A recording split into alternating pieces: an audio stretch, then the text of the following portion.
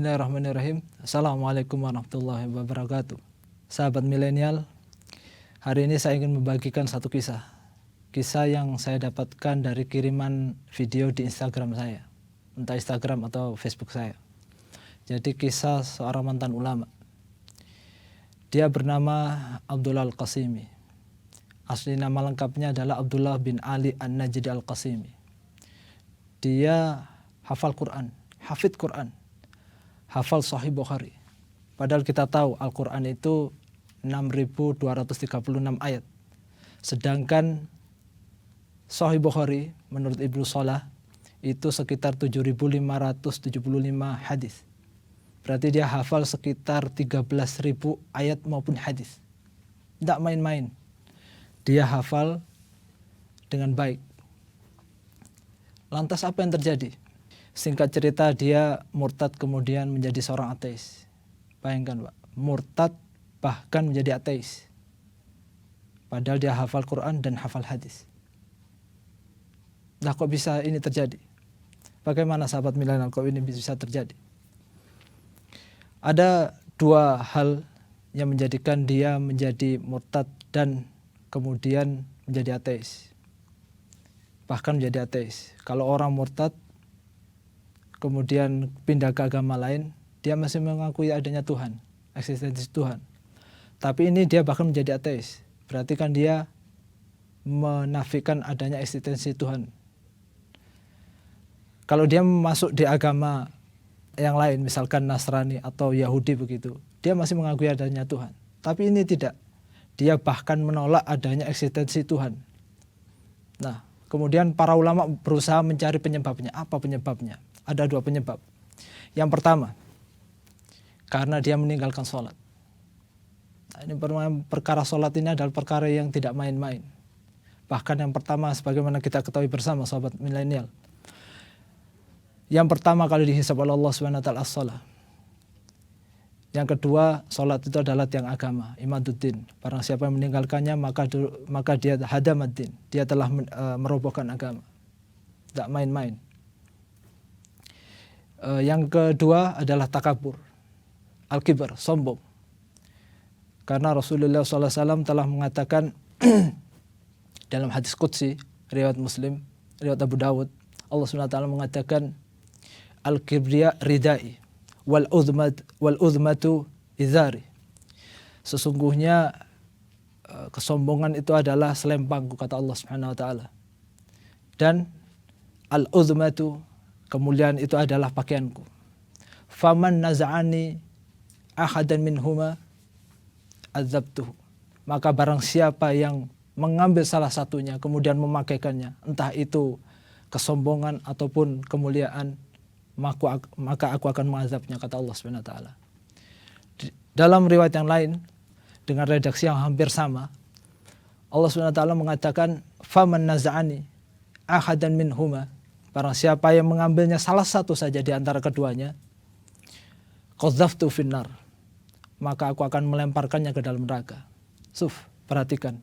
Allah mengatakan lewat lisan nabinya yang mulia, qadzaftu finnar. Kalau bahasa Malangannya itu begini, tak uncal nonan rokok. Bagaimana?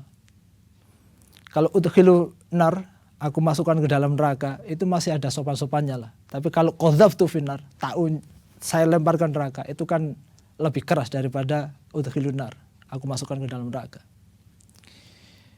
Jamaah sobat milenial yang semoga dirahmati Allah Subhanahu wa taala. Apa yang bisa kita lakukan berkaitan dengan kisah tadi? Yang pertama, kita harus banyak berdoa kepada Allah Subhanahu wa taala. Banyak-banyak berdoa, terutama doa-doa yang sering diucapkan oleh Nabi SAW. Salah satunya diantaranya adalah Anda bisa dapatkan di kitab Hisnul Muslim. Di situ banyak doa-doa yang sering diucapkan oleh Nabi SAW. Ya muqallibal qulub, sabbit qalbi ala dinik. Ya musarrifal qulub, sarrif qalbi ila ta'atik. Ya Allah, yang maha membolak-balikkan hati, balikkanlah hatiku di atas agamamu. Wahai zat yang memolang-malingkan hati, palingkanlah hatiku di atas ketaatan kepadamu. Inilah doa yang sering diucapkan oleh Nabi sallallahu alaihi wasallam. Hadisnya sahih. Yang kedua pun sama, doa. Doa. Allahumma nas'alukal huda wat tuqa wal afafa wal ghina. Doa, ya Allah, sungguhnya aku mohon kepadamu al-huda, petunjuk. At-taqwa. Allahumma nas'alukal huda wat tuqa, ketakwaan. Wal ghina, kecukupan. Wal afafa wal ghina, afaf, kesucian diri, dan ghina, kecukupan. Dan yang ketiga, sebagai penutup, kita dalam sehari paling tidak minimal melakukan 17 kali dalam sehari. Tentu apa itu? Surat Al-Fatihah.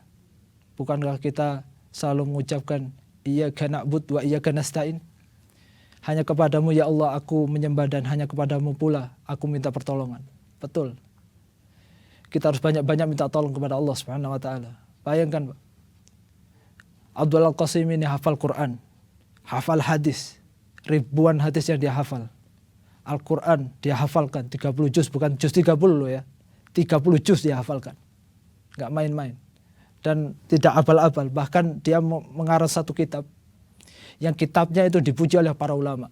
Di antaranya Imam Masjidil Haram saat itu. Orangnya meninggal belum lama, belum ada 30 tahun. Tahun 96, belum sampai 30 tahun.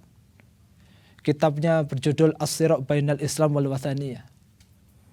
Pertentangan antara atau pertempuran antara Islam dan para penyembah berhala. Kitab ini dipuji habis oleh seorang ulama Imam Masjidil Haram saat itu yang bernama Az-Zahir, Syekh Az-Zahir Abu Sam. Beliau mengatakan dafa mahri bi kitabi. Da'far mahril jannah bi kitabi. Sungguh Abdul Al-Qasim ini telah membayar surga dengan kitab karangannya. Enggak main-main, Pak. Yang memuji pun Imam Masjidil Haram, bukan orang yang biasa. Yang memuji juga seorang ulama. Dan mengatakan itu. Sungguh dia telah membayar mahar surga dengan kitab karangannya. Bayangkan. Dan kitab itu sampai sekarang dipakai di jamiah-jamiah Islam Madinah. Di seluruh universitas Islam di seluruh dunia. Di Al-Azhar dipakai. Di Jamiah Islam Madinah dipakai. Di Lebanon dipakai. Masya Allah, banyak di universitas Islam masih tetap dipakai. Padahal pengarangnya sudah murtad. Bahkan ateis. Waliyadzubillah. Yang terakhir itu tadi, iyyaka na'budu wa iyyaka nasta'in. Kita hanya kepadamu ya Allah kami menyembah dan hanya kepadamu pula kami minta pertolongan. Ayat lanjutan, ihdinas siratal mustaqim. Ya Allah, tunjukilah kami jalanmu yang lurus. Siratal ladzina an'amta 'alaihim. Jalan orang-orang yang telah engkau beri nikmat, bukan jalan orang-orang yang engkau murkai dan orang-orang yang tersesat. Semoga sedikit ini bermanfaat. Apa-apa yang benar datanya dari Allah Subhanahu wa taala dan apa-apa yang salah dari datanya dari saya pribadi. Semoga Allah Subhanahu wa taala mengampuni kita semuanya. Assalamualaikum warahmatullahi wabarakatuh.